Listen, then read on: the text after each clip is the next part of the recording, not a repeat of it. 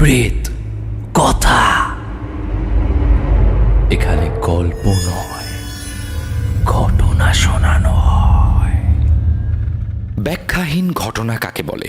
আমার মতে যে ঘটনাকে কি বা কেন দিয়ে প্রশ্ন করলে কোনো যথাযথ উত্তর পাওয়া যায় না তাকে বলা হয় ব্যাখ্যাহীন ঘটনা। এবং এই ডেফিনেশনটা কেন আজকের এপিসোডে শুরুতেই বলছি, তার কারণ আজকের এপিসোডে যে তিনটি ঘটনা আছে সেই তিনটি ঘটনাই ব্যাখ্যাহীন, যাকে কি দিয়ে বা কেন দিয়ে প্রশ্ন করে আমি কোনো উত্তর পাইনি। এবং যারা পাঠিয়েছেন তারাও লিখেছেন যে কোনো উত্তর তাদের কাছে নেই, কোনো সমাধান তাদের কাছে নেই।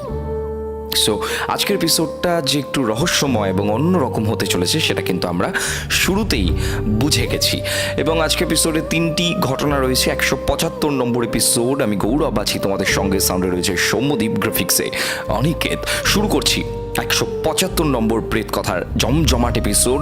আশা করছি প্রত্যেকে লাইক করে ফেলেছো এবং কমেন্ট করে দিয়েছো কে কোথা থেকে শুনছো এবং কোন অবস্থায় শুনছো এবং কাদের সাথে শুনছো।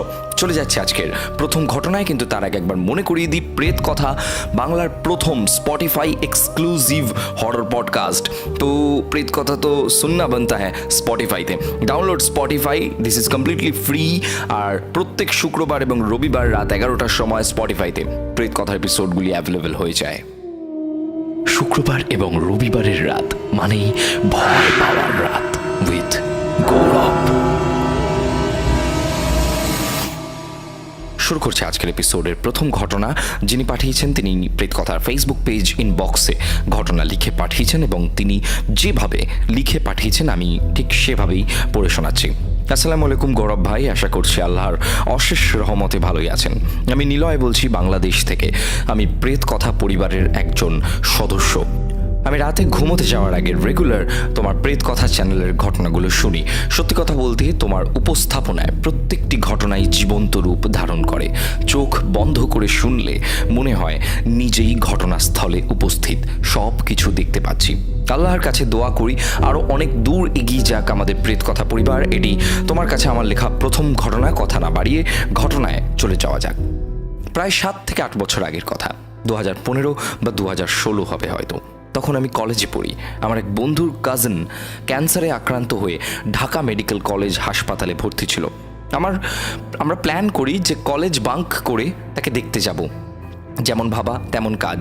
আমরা 4 জন বন্ধু মিলে একদিন বের হই তাকে দেখার উদ্দেশ্যে। ওই দিন অনেক বৃষ্টি হচ্ছিল। বৃষ্টির জন্য আমাদের পৌঁছতে একটু দেরি হয়ে যায়। বলে রাখা ভালো, ঢাকা মেডিকেল কলেজ হাসপাতাল নিয়ে আমাদের বন্ধু মহলের মধ্যেই নানান ধরনের কৌতূহল কাজ করত। অনেক ধরনের ভৌতিক ঘটনা শুনেছি অনেকের মুখ থেকে। বিশেষ করে এই হাসপাতালের মর্গ ছিল কৌতূহলের কেন্দ্রবিন্দু। ইচ্ছে ছিল যদি কখনো সময় সুযোগ হয় তাহলে না হয় দেখেই আসবো ঢাকা মেডিকেল কলেজের মর্গ। যাই হোক, ঘটনায় ফেরা যাক। আমাদের পৌঁছতে বিকেল হয়ে যায়। 3 তলায় গিয়ে আমরা ওই বন্ধুর কাজিনের সাথে দেখা করি এবং তার জন্য নিয়ে আসা ফলের ব্যাগ দিলাম ওর মায়ের হাতে। বলে রাখা ভালো, আমার বন্ধুর কাজিন ভর্তি ছিল হাসপাতালের ওয়ার্ড সেকশনে, কোনো কেবিনে নয়। সেহেতু আমাদের 4 জনের ওইখানে একসঙ্গে স্টেই করাটাও একটু মুশকিল ছিল, কারণ আমাদের জন্য অন্যান্য রোগীদের ডিস্টার্ব হতে পারে। তাই জন্য আমরা 3 জন সোহেলকে বললাম, যে বন্ধুর কাজিন ভর্তি, যে তুই এখান থেকে ওর সাথে কথা বল, আমরা বরং বারান্দায় গিয়ে দাঁড়াই। বারান্দাটা অনেক লম্বা এবং ওইখানেও অনেক রুগী পাটি বিছিয়ে শুয়ে আছে, আবার কেউ ওয়ালে হেলান দিয়ে বসে আছে। এটা বড় বড় সরকারি হাসপাতালে একটা সাধারণ বিষয়। আমরা দেখতে পেলাম একটা পাটি বেছানো আছে কিন্তু কেউ সেখানে বসে নেই। তো আমরা ভাবলাম যে ওই পার্টিটার ওখানে গিয়ে বসি, যদি পার্টির মালিক চলে আসে তাহলে আমরা উঠে যাব। তো আমরা 3 জন পার্টিতে বসে কথা বলছি। আমাদের পাশে একটা স্ট্রেচার ছিল আর তার পাশে একজন বসে ভাত খাচ্ছিল। কথা বলতে বলতে আমি অনুভব করলাম যে কি যেন একটা আমার মাথার সঙ্গে ধাক্কা খাচ্ছে। মানে আমি মাথা নাড়াচাড়া করতে গেলেই ধাক্কাটা লাগছে আর কি। বেশি একটা তোয়াক্কা করিনি প্রথমে, কিন্তু যখন দাঁড়িয়ে চলে যেতে যাচ্ছিলাম তখন খেয়াল করি যে আমরা একটা লাশের স্ট্রেচারের পাশে বসে এতক্ষণ গল্প করছিলাম, আর লাশের পায়ের সঙ্গে এতক্ষণ আমার মাথার ধাক্কা লাগছিল, অথচ কেউই আমরা ভালোভাবে খেয়াল করিনি। অবাক হয়ে গেছি 3 জনেই যে একটা লাশের পা আমার মাথায় ধাক্কা লাগছিল আর কেউ আমরা খেয়াল করলাম না। একটা স্ট্রেচার, তার উপর একটা লাশ রাখা, আমরা কেউ খেয়াল করলাম না, এটা কি করে হয়? তো কিছুক্ষণ নীরব দৃষ্টিতে একে অন্যের দিকে তাকালাম, তারপর একটু রাগান্বিত গলায় ওই লোকটাকে, যে ওই স্ট্রেচারটার ওখানে ছিল, তাকে জিজ্ঞাসা করলাম যে বারান্দায় লাশ কেন, হাসপাতালের কর্তৃপক্ষ কোথায়? তো লোকটি জবাব দিলেন, লাশটা আমার। মানে উনি বোঝাতে চাইলেন যে লাশটা ওনার আপনজনের। আমরা একটু অবাক হলাম, এবং ওনার আপনজনের লাশ, ওনার তেমন কোনো রিয়াকশন নেই। মানে আপনজনের লাশ হলে মানুষের চোখে মুখে একটা স্যাডনেস থাকে, একটা দুঃখ থাকে, তার চোখে মুখে ওরকম কিছুই ছিল না। তো পাশে বসে তিনি আবার ভাত খাচ্ছিলেন ওই লাশটার পাশে বসে। অবাক হলাম আমরা। তো আর কোনো কথা না বাড়িয়ে বিদায় নিয়ে আমরা বাসার উদ্দেশ্যে বের হতেই আমাদের মনে পড়ে গেল যে আরে মর্গে একবার যাই, একবার মর্গটা দেখে আসি। এতক্ষণে বিকেল হয়ে এসেছে, বৃষ্টির কারণে বাইরের পরিবেশে একটু ভেজা ভেজা ভাব রয়েছে। তো দাদা, আমরা কোনো একজনের কাছ থেকে মর্গে যাওয়ার দিকটা জেনে নিয়েছিলাম যে মর্গটা কোন দিকে। তো মর্গটা হাসপাতালের পিছনের দিকে। আমরা ওই দিকে রওনা দিয়েছি, এবং যতই ওই দিকে যাচ্ছি মানুষের উপস্থিতি কমে যাচ্ছে। কেমন যেন একটা গা ছমছমে পরিবেশ। ওখানে পৌঁছানোর পর দেখি বাঁ হাতে একটা ছোট্ট ভবন, আর হাতের ডান দিকে 2-3 পা এগিয়ে গেলে আরেকটা ছোট্ট ভবন। এই ছোট্ট ভবন দেখে বুঝতে আর বাকি রইল না যে এইটাই লাশ কাটা ঘর, মানে এই ঘরেই ডোমরা লাশের ময়না তদন্ত করে থাকে। ওই রুমের দিকে এগিয়ে যেতেই এক ধরনের বিচ্ছিরি গন্ধে বমি বমি ভাব চলে এলো। বিশ্বাস করো গৌরব ভাই, আমি আমার জীবনে এমন বিচ্ছিরি গন্ধ কখনো পাইনি। তাড়াতাড়ি করে ফিরে এলাম ওই রুমের সামনে। বামের দিকে যেই একতলা ভবনটি ছিল, ওইখানে একটা অফিস রুমের মতো কিছু একটা দেখতে পেলাম, কিন্তু কেউই ছিল না ওই রুমে। ফ্যান ঘুরছে, বাতি জ্বলছে, কিন্তু কেউ নেই। ভাবলাম এটাই ভালো সুযোগ, কেউ নেই, আটকানোরও কেউ নেই, তো জায়গাটা ভালোভাবে একবার ঘুরে দেখা যাক। বাম পাশের দিকে লক্ষ্য করে দেখি একটা গেট, এবং তার ভিতর দিয়ে সোজা একটা পথ চলে গেছে, আর তার দুই পাশেই রয়েছে রুম। একটু ভিতরে যেতেই জানলা দিয়ে উঁকি দিয়ে বুঝতে পারলাম ভিতরে লাশ রাখা ফ্রিজগুলো দেখা যাচ্ছে। আমাদের চারজনের বুঝতে বাকি রইল না যে ওগুলো কি। তেমন কোনো লাইটের ব্যবস্থা ওখানে নেই। আমি সোজা হাঁটতে লাগলাম, মোবাইলের লাইটটা অন করে ভিডিও করতে লাগলাম, যাতে এই মুহূর্তটাকে মোবাইলে আবদ্ধ করে রাখতে পারি। আমার বন্ধুরা ইতিমধ্যেই বলছে যে ওরা আর সামনে যাবে না, কিন্তু আমি বললাম যে আমি আরও সামনে যেতে চাই। আমি আরও কিছু দূর এগিয়ে গেলাম। গৌরব ভাই বিশ্বাস করবে কি না তা জানি না, কিছু দূর যাওয়ার পর ভূতের সিনেমাগুলোর মতো এক ধরনের পানি ফোটার শব্দ শুনতে পাচ্ছিলাম। ভূতের সিনেমায় হয় না যে জল পড়ার আওয়াজ, টপ টপ করে, ওরকম পানির ফোঁটা পড়ার আওয়াজ। ওই যে বদ্ধ জায়গাটা, ওখানে প্রতিধ্বনিত হচ্ছে, আর গাটা সেই সময় ছমছম করে উঠছে আর কি। এই পরিবেশে আমি বলে বোঝাতে পারবো না, লিখে বোঝাতে পারবো না ভাবে। আসলে আমি অতটাও সাহসী না, কিন্তু কেমন যেন একটা জেদ কাজ করতে লাগলো। আমি আরেকটু ভিতরে যাবই যাব। পিছনে ফিরে দেখি অনেকটা ভিতরে আমি চলে এসেছি। ওরা আমাকে বারবার বেরিয়ে আসতে বলছে। আনুমানিক 100 ফুটের মতো আমি ভেতরে ঢুকে গেছিলাম। ভিতরে কোনো প্রকার লাইটের ব্যবস্থা নেই, শুধুই বাইরের আলোয় যতটুকু আলোকিত হচ্ছিল। বাইরে তখন শেষ বিকেল, আর ভিতরে ঝাপসা লালচে আলোর উপস্থিতি। ডান দিকে একটা গলি চলে গেছে। আমার তখন লিটারেলি অনেক ভয় করছিল। তারপরেও কেন জানি না আমি নিজের অজান্তেই ভিতর দিকে আরোই চলে যাচ্ছি। মনে হচ্ছে আমার নিজের উপর কোনো নিয়ন্ত্রণ নেই। ডান দিকে উঁকি দিয়ে দেখি লম্বা একটা গলি, আর গলির শেষে একটু ভিতরে পরিত্যক্ত একটা বাথরুম, আর ওইখান থেকেই আসছিল পানির ফোঁটা পড়ার শব্দ। পরিত্যক্ত বাথরুমের লাইটটা জ্বলছে আর নিভছে, 5 ওয়াটের লালচে লাইট। খেয়াল করে দেখলাম বাথরুমের সামনে একটা স্ট্রেচার পড়ে আছে। মনের মধ্যে একটা চিন্তা এলো যে হয়তো কোনো লাশকে এই স্ট্রেচারটার উপর শুয়েই ময়না তদন্ত করা হয়েছিল। আজে বাজে চিন্তা ঘুরতে থাকে মাথার মধ্যে। হঠাৎ সোহেলের ডাকে আমার ভ্রম ভাঙল। তাড়াতাড়ি বের হলাম ওখান থেকে। কেমন যেন গা ঘেমে উঠলো। পকেট থেকে সিগারেট বের করে ধরালাম। ওরা 3 জন আমায় অনেক গালিগালাজ করতে লাগলো। আমি কিছু না বলে সিগারেট টানতে লাগলাম। হঠাৎ পিছন থেকে একটা ভারী গলায় কেউ একজন বলে উঠলো, কে তোমরা, এখানে কি করছো? হঠাৎ দেখি একজন হাসপাতালের স্টাফ এসে হাজির আমাদের পিছনে। আমরা নিজেদের পরিচয় দিলাম তাকে। আমাদের ব্যবহার আর কথাবার্তা শুনে উনি আমাদের সাথে ভালোভাবেই কথা বললেন। উনি হলেন এই মর্গের কেয়ারটেকার। উনি তখন আমাদের এই জায়গা সম্পর্কে বললেন এবং বললেন যে একা কখনোই যেন আমরা এইদিকে না আসি। উনি বললেন যে এই জায়গায় বাইরের কারোর আসার অনুমতি নেই, এমনিতেই জায়গাটা নাকি ভালো না, অনেকেই মাঝে মাঝে ভৌতিক অভিজ্ঞতার সম্মুখীন হয়, হাসপাতালের স্টাফরাও এদিকে খুব কম যাতায়াত করে। আমরা আরও জিজ্ঞাসা করতে জানতে পারলাম যে উনি একসময় নিজেই নাকি ডোম ছিলেন, পরে প্রমোশন হয়ে কেয়ারটেকার হয়েছেন প্রায় 3 থেকে 4 বছর আগে। কথাবার্তা শেষ করে উনি চলে গেলেন আর আমাদের উদ্দেশ্য করে বললেন যে আমরা যাতে এখানে আর না থাকি, আমরা যেন এখান থেকে এক্ষুনি চলে যাই। আমি আরেকটা সিগারেট ধরিয়ে লাশের ঘরের আশেপাশে পায়চারি করছিলাম, হঠাৎ একটা জানলা দিয়ে উঁকি মেরে দেখার চেষ্টা করলাম এবং ওই সময় আমার গাটা ঠান্ডা হয়ে গেছিল গৌরব ভাই। আমি ভিতরে যা দেখি, জানলা দিয়ে আমি যখন তাকিয়েছি, দেখি মানুষের অবয়বের মতো কিছু একটা সাদা কাপড় পরে ওই ঘরের ভিতর, মানে ফ্রিজ ভর্তি ঘরগুলো যেখানে লাশ রাখা, একটা মানুষ সাদা কাপড় পরে বসে আছে ওই ঘরের মধ্যে নিচে। পোশাকে বোঝা যাচ্ছে যে কোনো নারী মূর্তি এবং 2 হাঁটুর মাঝে মাথা গুজে বসে আছে।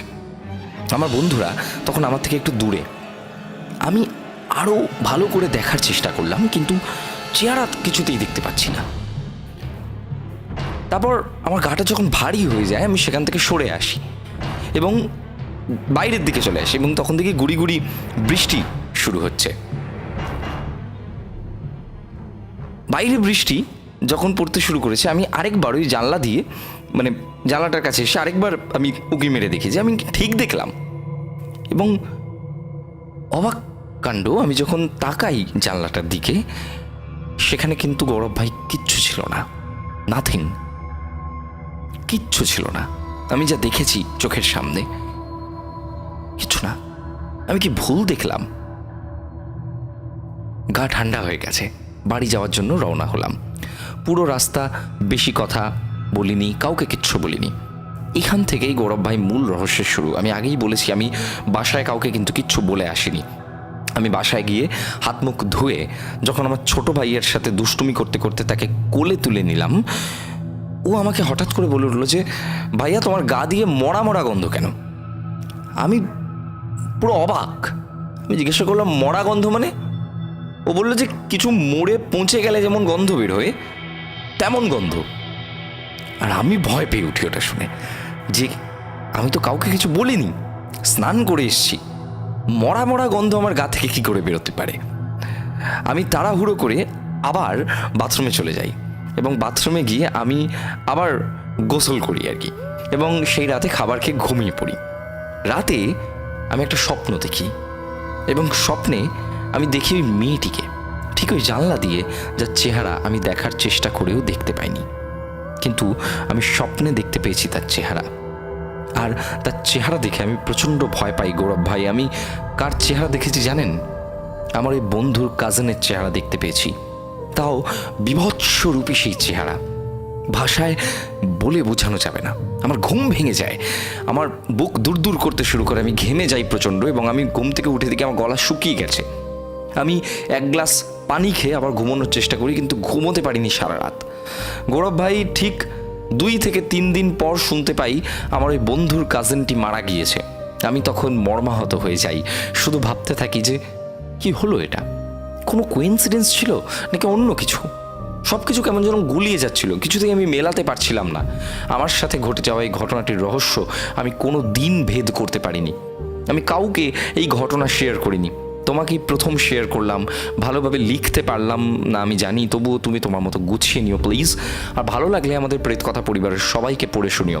ওই মর্গের কেয়ারটেকার থেকে আরও কিছু ঘটনা শুনেছি, উৎসাহ পেলে আগামীতে লিখে পাঠাবো।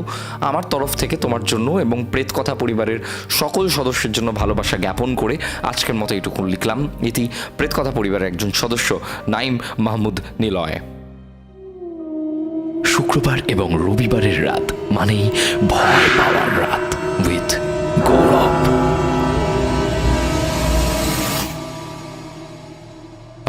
অসম। আমি যতটা সম্ভব চেষ্টা করেছি নিলয়ে যদি নিজে আমাদেরকে ঘটনাটা বলতো, যেভাবে বলতো সেইভাবে বলার চেষ্টা করেছি। আমি লিটারেলি রিড করে যাইনি ঘটনাটি, কিছু কিছু ঘটনা আমি রিড করি একদম যেভাবে আমায় পাঠানো হয় হুবহু সেভাবে। কিছু কিছু ঘটনা আমি একদম রিড করি না, আমি এমনভাবে বলার চেষ্টা করি যেন যিনি ঘটনাটি লিখে পাঠিয়েছেন তিনি বলছেন, মানে তার লেখাকে আমি একটা ভোকাল দেওয়ার চেষ্টা করি তার মতন করে। তো আমি চেষ্টা করেছি এটা নিলয়ের মতো করে বলার, যেন নিলয় আমার সামনে থাকলে যেভাবে বলতো সেভাবেই। আশা করছি ভালো লেগেছে এবং এই স্টাইলটাও অনেকের খুব ভালো লাগে। আমি প্রচুর রেসপন্স পেয়েছিলাম আগের একটা এপিসোডে যে এরকম স্টাইল নাকি খুব ভালো লাগে, তো এরকম স্টাইল বলার চেষ্টা করেছি আর কি। তো যাই হোক, ঘটনাটি কিন্তু বেশ ভয়ানক ছিল এবং আমি বলেছিলাম না যে ব্যাখ্যাহীন ঘটনা, এই ঘটনাকে কী বা কেন দিয়ে প্রশ্ন করলে কিন্তু কোনো উত্তর মিলবে না। মানে স্বপ্নে নিলয় যাকে দেখলো সে আসলে কি সেখানে ছিল, মানে একটা অদ্ভুত ব্যাপার যার কোনো উত্তর নেই, তুমি কি প্রশ্ন করবে এটাকে। আর এটাই তো ভয় আমরা আসলে তখনই পাই যখন আমরা কি কেন এগুলোর কোনো উত্তর পাই না, তখন আমাদের মনের মধ্যে এই ভয়গুলো জন্ম নেয়। তবে যাই হোক, আমাদেরকে ঘটনা পাঠাতে হলে কি করতে হবে না, মেইল করতে হবে pretkotha@gmail.com অথবা প্রেতকথার ফেসবুক পেজ ইনবক্সে লিখে পাঠিয়ে দিতে হবে ঘটনা। সমস্ত লিঙ্ক দিয়ে দিচ্ছি ডেসক্রিপশন সেকশনে। এছাড়া স্পটিফাইতে প্রেতকথা শুনতে ভুলো না, এবং স্পটিফাইতে আমার আরেকটি শো হয় যার নাম মন খুলে। এখানে আমি বিভিন্ন মানুষের বিভিন্ন প্রবলেমসের সলিউশন বের করি। তোমার কোনো সমস্যা থাকলে তুমি আমার সাথে জাস্ট সেটা শেয়ার করতে পারো এবং সেটা আমি আমার পডকাস্টের মাধ্যমে শেয়ার করব, এবং পডকাস্টের মাধ্যমে তোমার কনফেশনটা আমি শেয়ার করব, তোমার প্রবলেমটার সলিউশন বের করব, এগুলো আমি করি।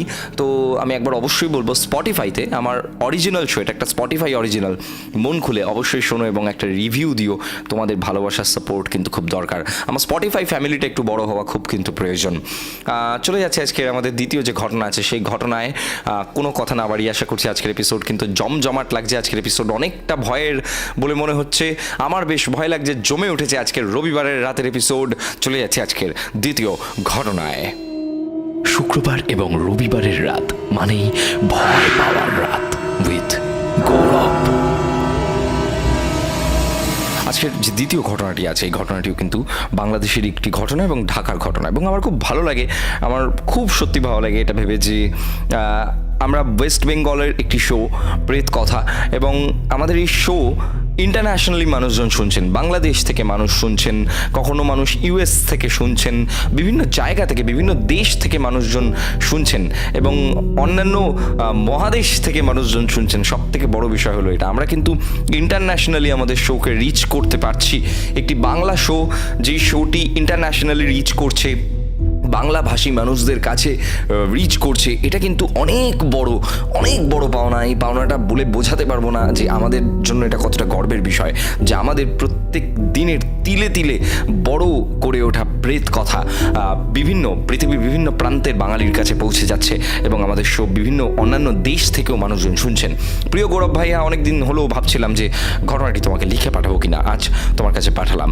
আমি বাংলাদেশের ঢাকাতে থাকি, ঘটনাটি আমার মায়ের কাছ থেকে শোনা। এই ঘটনাটি একদম সত্য, কারণ এটা যেই বাড়িতে ঘটেছে, বাড়ির 3 তলার ঘটনা, অর্থাৎ সেই একই বাসায় আমার আব্বু আম্মু 2 তলায় ভাড়া থাকতো, এবং ঘটনাটি 3 তলার। আজ থেকে প্রায় 20 বছর আগের ঘটনা। ঘটনা বলার আগে ফ্ল্যাটের বিবরণ দিই। বাসায় সবকটা ফ্ল্যাটই শুধু স্বামী স্ত্রী বা ছোট পরিবারের জন্য। এক একটা ফ্ল্যাটে 2টো করে রুম, ওয়াশরুম আর রান্নাঘর আছে।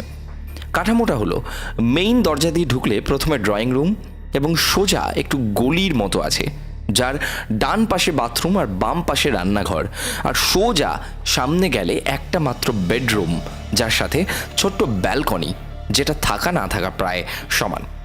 পুরনো ধাঁচের বাসা বাড়ি আর কি। 3 তলায় ভাড়া থাকতো এক দম্পতি, স্বামী স্ত্রী আর তাদের ছোট ছেলে, 2 বছরের ছিল খুব সম্ভবত সেই সময়। ঘটনার সুবিধার্থে এবং তাদের আসল পরিচয় গোপনের জন্য স্ত্রীকে মোহনা এবং স্বামীকে রাজীব বলছি। মোহনার মা কিছুদিনের জন্য বেড়াতে এসেছিল তাদের বাড়িতে। একদিন রাজীব তার স্ত্রীকে জানায় তার গ্রামের জমি জমার এক কাজের জন্য তাকে কিছুদিনের জন্য ঢাকার বাইরে যেতে হবে। তো সকাল সকাল রাজীব রেডি হয়ে যায়। মোহনা সব কিছু গুছিয়ে দেয়, তাকে নাস্তা করায়। ড্রয়িং রুমের টেবিলের পাশে খাট ছিল, যেখানে রাজীবের শাশুড়ি ঘুমোতো। তো সেদিন রাজীব নাস্তা করে বেরিয়ে পড়ে। তখন বাংলাদেশে ফোনের তেমন ভালো সুযোগ সুবিধে ছিল না। রাজীব বের হয়ে যাওয়ার 20 মিনিট পরেই তাদের ঘরের দরজায় শব্দ হয়। মোহনা দেখে যে রাজীব ফিরে এসছে। মোহনার সাথে সাথে গেট খোলে এবং বলে যে কী হলো, আর যাবে না? রাজীব বলল যাবো, একটু পরে যাব। ব্যাপারটা আজব লাগছিল মোহনার, কেননা আধ ঘন্টা পরে কেন হঠাৎ রাজীব কেন ফিরে এলো, এক কথায় টেনশন হচ্ছিল আর কি। এমন সময় রাজীব সামনের ঘরে অর্থাৎ বেডরুমে গিয়ে দেখলো তাদের বাচ্চা এখনো ঘুমোচ্ছে। সে মোহনাকে বলল, শোনো, বাচ্চাটাকে কিছুক্ষণ তোমার মায়ের কাছে রাখো, তোমার সাথে আমার কথা আছে। তো কথা মতো বাচ্চাকে মোহনা মায়ের কাছে ড্রয়িং রুমে রেখে ভিতরের রুমে চলে যায়। বলে রাখি, রাজীব যখন 20 মিনিট পর ফেরত এসেছিল তখন মোহনার মা রাজীবের শরীরে গঠনের পার্থক্য লক্ষ্য করেছিল। যেমন মানুষের পা হয় তার থেকে পাটা একটু বেশি সরু, কিন্তু রাজীবের পা অতটা সরু নয়। কিন্তু এবার এটা সরাসরি তো বলা যায় না, ঘটনাগুলো এত দ্রুত ঘটছিল যে সময়ও মন ছিল না এবং তেমন কিছু বলারও ছিল না, কেননা রাজীব যা পড়ে গিয়েছে সব কিছু সেম। তো পরে মোহনা রুমে ঢুকতেই রাজীব দরজাটা লাগিয়ে দেয়। এরপর প্রায় 2 থেকে 3 ঘন্টা সময় পার হয়ে যায়, রাজীব আর মোহনা কেউ দরজা খোলে না। তখন মোহনার মা বলে যে তাদের ছেলে কাঁদছে, বাইরে থেকে চিৎকার করে বলে যে মোহনা দরজা খোল। কিন্তু 1000বার ডাকার পরেও ঘরের ভিতর থেকে কিন্তু কোনো শব্দ আসছে না। মোহনার মা ডেকেই চলেছে, মোহনা, রাজীব দরজা খোল, তোদের ছেলে কাঁদছে, কিন্তু ভিতর থেকে কোনো শব্দ নেই। আরও আধ ঘন্টা পর মোহনার মা যখন দেখলো যে ভিতর থেকে কোনো সারা শব্দ আসছে না, তখন মোহনার মা বাড়ির বাকি ভাড়াটিয়াদেরকে ডাকে।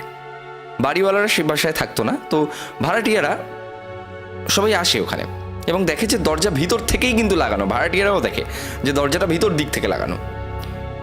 অনেক ধাক্কাধাক্কি হয়, অনেক চিৎকার চেঁচামেচি হয়, কিন্তু ভিতর থেকে কোনো আওয়াজ আসে না। তো একটা সময় দরজা ধাক্কা দিয়ে ভেঙে ফেলা হয় এবং ভাঙার পর সবাই অবাক হয়ে যায়। ভিতরে কোনো মানুষই ছিল না, রাজীব ছিল না, মোহনাও ছিল না। রুমের বাকি সব কিছু স্বাভাবিক ছিল, কিন্তু রুমের ভিতর কোনো মানুষ ছিল না। এবং দরজা ভাঙার পর দরজার পিছনে পাওয়া গিয়েছিল একটা তাবিজ, যেটা মোহনার হাতে ছিল। এরপর কিছুদিন পর রাজীব তাদের বাসায় গ্রাম থেকে ফিরে আসে। তখন মোহনার মা বলে যে আমার মেয়ে কোথায়, আমার মেয়ে কোথায়, মেয়ে তো তোমার সাথে গেল। রাজীব বলে যে মেয়ে কোথায় মানে, বাড়িতেই ছিল। তখন মোহনার মা বলে যে তুমি তো এলে 20 মিনিট পর, তুমি এসে যে আর তোমাকে দেখতেই পেলাম না, 20 মিনিট পর তুমি এসে কোথায় চলে গেলে আমার মেয়েকে নিয়ে। তখন রাজীব বলে যে মোহনাকে সে লাস্ট দেখেছে নাস্তা খাইয়ে বিদায় নেওয়ার সময়, এবং সে 20 মিনিট পর নাকি ব্যাকও করেনি। এরপর পুলিশি ঝামেলা হয় এবং রাজীবের কথার সত্যতা মিলে যায় যে সে বাসা থেকে সোজা গ্রামেই গেছে, সে বাড়িতে আসেনি। কিন্তু মোহনার খবর এখনো পর্যন্ত আর পাওয়া যায়নি। আসল প্রশ্ন আজও থেকে যায়, মোহনা কোথায় গেল? সেদিন রাজীবের বেশে কে এসেছিল? মোহনার তাবিজ পাওয়া গেলেও মোহনাকে কেন পাওয়া গেল না? আমি ঠিকঠাকভাবে গুছিয়ে হয়তো লিখতে পারিনি। যদি তোমার ভালো লাগে তবে তুমি তোমার মতন করে পড়ে শোনাবে, আশা করছি। ভালো থেকো। শুক্রবার এবং রবিবারের রাত মানেই ভয় পাওয়ার রাত উইথ গৌরব।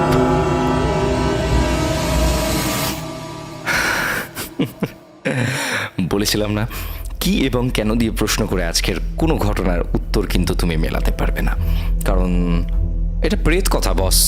এখানে প্রত্যেক এপিসোডে আমরা নতুন নতুন চমক আনি এবং আজকের এপিসোডেও চমক আছে। আশা করছি সেই চমক পাওয়া যাচ্ছে, গা কাটা দিয়ে উঠছে আমার নিজের। চলে যাচ্ছে আজকের এর পরের যে ঘটনা আছে সেখানে, কিন্তু ঘটনায় যাওয়ার আগে একটা বিষয় আমি একবার মনে করিয়ে দিই। প্রেত কথার কাজ শুধুমাত্র বিভিন্ন মানুষের জীবনে ঘটে যাওয়া বিভিন্ন অলৌকিক এবং সত্যি ঘটনাগুলিকে সকলের সামনে তুলে ধরা। প্রেত কথা কখনো বলে না ঘটনাকে সত্য বলে বিশ্বাস করতে হবে। যারা পাঠাচ্ছেন ঘটনা সম্পূর্ণ তাদের ব্যক্তিগত অভিজ্ঞতা, এবং সেই অভিজ্ঞতাগুলো প্রেত কথা শুধুমাত্র সকলের সামনে তুলে ধরছে। প্রেত কথা কিন্তু কখনোই বলে না যে কোনো কিছু হলে তান্ত্রিক বা ওঝার কাছে যাও। প্রেত কথা সবসময় এটা বলবে যে যে আগে বিজ্ঞানের দ্বারস্থ হও, কারণ বিজ্ঞান আমাদেরকে সমস্ত কিছুর হাত থেকে বাঁচাতে পারে। তাই প্রেত কথার এপিসোডগুলিকে এন্টারটেনমেন্ট হিসেবে শোনাটাই কিন্তু বুদ্ধিমানের কাজ হবে, সিরিয়াসলি না নেওয়াটাই হবে সকলের কাছে কাম্য আর কি। তো ঘটনা যিনি পাঠিয়েছেন তার নাম নীলাদ্রি নীল। হ্যালো দাদা, কেমন আছো? আমি দুর্গানগর থেকে নীলাদ্রি মণ্ডল বলছি। আরেকবার বলে দিই, ঘটনা পাঠানোর জন্য মেল করতে হবে pretkotha@gmail.com অথবা প্রেতকথার ফেসবুক পেজ ইনবক্সে লিখে পাঠাতে হবে ঘটনা, অথবা তুমি ভয়েস রেকর্ড করেও কিন্তু ঘটনা পাঠিয়ে দিতে পারো। সমস্ত লিঙ্ক দিয়ে দিচ্ছি ডেসক্রিপশন সেকশনে। শুক্রবার এবং রবিবারের রাত মানেই ভয় পাওয়ার রাত উইথ গৌরব। আমি তোমার একজন অন্ধ ভক্ত বলতে পারো, অপেক্ষায় থাকি তুমি কখন ভিডিও আপলোড করবে আর আমি শুনবো। তোমার ভয়েসে প্রেত কথার ঘটনা শুনতে আমার ভীষণ ভালো লাগে। আমি প্রেত কথা পরিবারের একজন নিয়মিত শ্রোতা। আমার সাথে ঘটে যাওয়া একটি ঘটনা এর আগের একটা এপিসোডে তুমি শুনিয়েছিলে, তাই আগ্রহী হয়ে আরও একটি ঘটনা লিখতে বসলাম। এটা 2019 সালে ঘটে যাওয়া একটি ঘটনা। ঘটনাটি আমার সাথেই ঘটেছিল উচ্চ মাধ্যমিক শেষ করে। তখন আমি 3 মাসের ছুটিতে। ও বলে রাখি, আমি তখন খর্দাতে নিজের বাড়ি নিয়ে ভাড়া থাকতাম। বাড়িতে মা, বাবা, বোন আর আমি। আমার মাসির মেয়ে প্রত্যাশাও আমাদের কাছ থেকে পড়াশোনা করতো। ছোট থেকেই আমার অভিনয় করার ভীষণ ইচ্ছে ছিল। তো একদিন সন্ধ্যায় ওই 7:30 কি 8টা বাজে, তখন আমি আমার বোন প্রত্যাশা বিছানার উপর বসে অভিনয় সম্পর্কিত বিষয়ে গল্প করছি। ঠিক তখনই রুমের লাইটটা অফ হয়ে যায় আর পুরো ঘর দুর্গন্ধে ভরে যায়। আমার হাত পা কেমন যেন অবশ হয়ে যাচ্ছিল। মনে হচ্ছিল যেন সজোরে আমার গলাটা কেউ চেপে ধরেছে। আমি হাজার চেষ্টা করেও ছাড়াতে পারছি না, নড়তে চড়তে পারছি না। পুরো শরীর আমার ঘামে ভিজে যায়। এভাবে প্রায় 9 থেকে 10 মিনিট চলার পর হঠাৎ সব কিছু স্বাভাবিক হয়ে যায়। আর সব থেকে অবাক করা বিষয় হয়, আমার শরীরের কোথাও এক ফোঁটা ঘামের চিহ্ন পর্যন্ত নেই। আমি ব্যাপারটাতে ভীষণ ঘাবড়ে যাই, তবে নিজেকে ওই মুহূর্তে সামলে নিই এবং বোনের কথা ভেবে আমি চুপ হয়ে যাই, কারণ আমি বুঝতে পারি যে ও খুব ভয় পেয়েছে। কিন্তু কেউ কাউকে আমরা কিছু বলি না। পুরো বিষয়টা ধামাচাপা দেওয়ার মতো আমরা চেপে যাই। কিন্তু ব্যাপারটা এখানে থেমে রইল না। আরেকদিন বাড়িতে কেউ ছিল না। সবাই একটি অনুষ্ঠানে আমার দাদুর বাড়িতে, মানে আমার বাবার কাকার বাড়িতে গেছিল বনগাঁতে। আমি একটু একা থাকতে পছন্দ করি, তাই বাড়িতেই রয়ে গেছিলাম।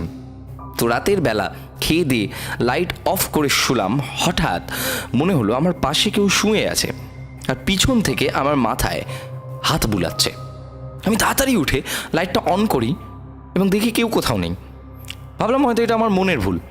এইসব ভাবতে ভাবতে আবার লাইটটা অফ করে শুয়ে পড়লাম আর ঘুমিয়েও পড়লাম। কিন্তু মনে হলো যে ঘুমের ঘোরে আমাকে কেউ খুব জোরে লাঠি দিয়ে মারছে আর আমার মুখে এবড়ো থেবড়োভাবে জোরে জোরে থাপ্পড় মারছে। আমি হাজার চেষ্টা করেও ছাড়াতে পারছি না, শুধু চিৎকার করছি যে আমাকে ছেড়ে দাও। আমি কাকুতি মিনতি করছি, কিন্তু আমার কথা তো কেউ শুনতে পাবে, বাড়িতে কেউ নেই। এইভাবে কখন সকাল হয়েছে আমি জানি না। সকালে চোখ খোলার পর অনুভব করলাম আমার গায়ে খুব জ্বর এবং পুরো শরীরে প্রচণ্ড পরিমাণে ব্যথা। মনে হচ্ছে একটা মৃতদেহ বিছানার উপর পড়ে আছে। নিজেকে সামলে অনেক কষ্ট করে আয়নার সামনে গেলাম, কিন্তু নিজেকে যে কোনোদিন এভাবে আয়নার সামনে দাঁড়িয়ে দেখব সেটা কল্পনাতেও ছিল না। মুখটা জুড়ে শুধু নখের আঁচড়ের দাগ আর পুরো মুখটাই ফুলে গেছে। আমার হাতে লাঠি দিয়ে মেরেছে যে সেই দাগ স্পষ্ট। নিজেকে দেখতে কেমন যেন লাগছে, ভীষণভাবে আঁতকে উঠলাম আমি। তারপর ডাক্তার দেখে সুস্থ হই এবং পরে জানতে পারি যে ওই বাড়িতে আগে একজন মহিলা ভাড়া থাকতো। কোনো কারণবশত তিনি ওই ঘরেই গলায় দড়ি দিয়ে মারা যান। তবে তার সৎকার নাকি আর করা হয়নি। 2 দিন পরে বাবা মা ফেরার পর আমায় দেখে জিজ্ঞাসা করেছিল যে কী হয়েছে, কিন্তু আমি তাদের কাউকেই কিছু বলিনি। তারপর 2020 সালের জানুয়ারিতে আমার বোনের বিয়ে হয়ে যায় এবং নভেম্বরে ব্রেন স্ট্রোকে আমার বাবা মারা যায়। তারপর মামা বাড়ি চলে যায় আর আমিও ওই বাড়িটা ছেড়ে দুর্গানগরে বাড়ি ভাড়া নিই। আমি এখন একাই থাকি, মোটামুটি ভালো আছি। কিন্তু দাদা, আমি আজও বুঝতে পারিনি যে আমার সাথে এরকম একটা ঘটনা কেন ঘটেছিল। ঠিকঠাক গুছিয়ে লিখতে পারলাম না। যদি মনে হয় ঘটনাটি আমার প্রেত কথা পরিবারের সদস্যদের ভালো লাগবে, তবে তুমি অবশ্যই পড়ে শুনিও। ভালোবাসার নিয়ম। তুমি ভালো থেকো, সুস্থ থেকো। প্রার্থনা করি প্রেত কথা পরিবারের সকলেই যেন ভালো থাকে এবং আমাদের এই পরিবার যেন আরও অনেক বড় হয়। শুক্রবার এবং রবিবারের রাত মানেই ভয় পাওয়ার রাত উইথ গৌরব। 3টি ঘটনা ঘটনাই কিন্তু আজকে প্রচণ্ড রকমের সুন্দর ঘটনা, এবং 3টি ঘটনা কিন্তু আজকে করে আমি খুব স্যাটিসফাইড 3টি ঘটনা নিয়ে। আমার বেশ ভালো লেগেছে ঘটনাগুলি। মানে একা যখন রেকর্ড করছি বুঝতে পারছি যে একটা ভয়ানক পরিবেশ সৃষ্টি হচ্ছে। তো আমি এটা অন্ততপক্ষে একটু আঁচ করতে পারছি যে যারা শুনছেন তারা কতটা ভয় পাচ্ছেন, তারা কতটা অবাক হচ্ছেন আজকের এই এপিসোডটি শুনে। তো যাই হোক, আর বেশি কোনো কথা বাড়াবো না। আজকে অনেক বড় এপিসোড হয়েছে, আশা করছি সকলের খুব ভালো লেগেছে এই বড় এপিসোড। 3টি ঘটনা ছিল, জমজমাট 3টি ঘটনা। আমি গৌরব ছিলাম তোমাদের সঙ্গে, সাউন্ডে ছিল সৌম্যদীপ, গ্রাফিক্সে অনিকেত, এবং এর সাথে সাথে আজকের আমাদের এই এপিসোড শেষ করছি। প্রত্যেক শুক্রবার এবং রবিবার প্রেত কথার এপিসোড আসতে থেকে রাত 10টার সময় অফিসিয়াল ইউটিউব চ্যানেল এবং রাত 11টার সময় স্পটিফাইতে। এখানে গল্প নয়, ঘটনা শোনানো হয়।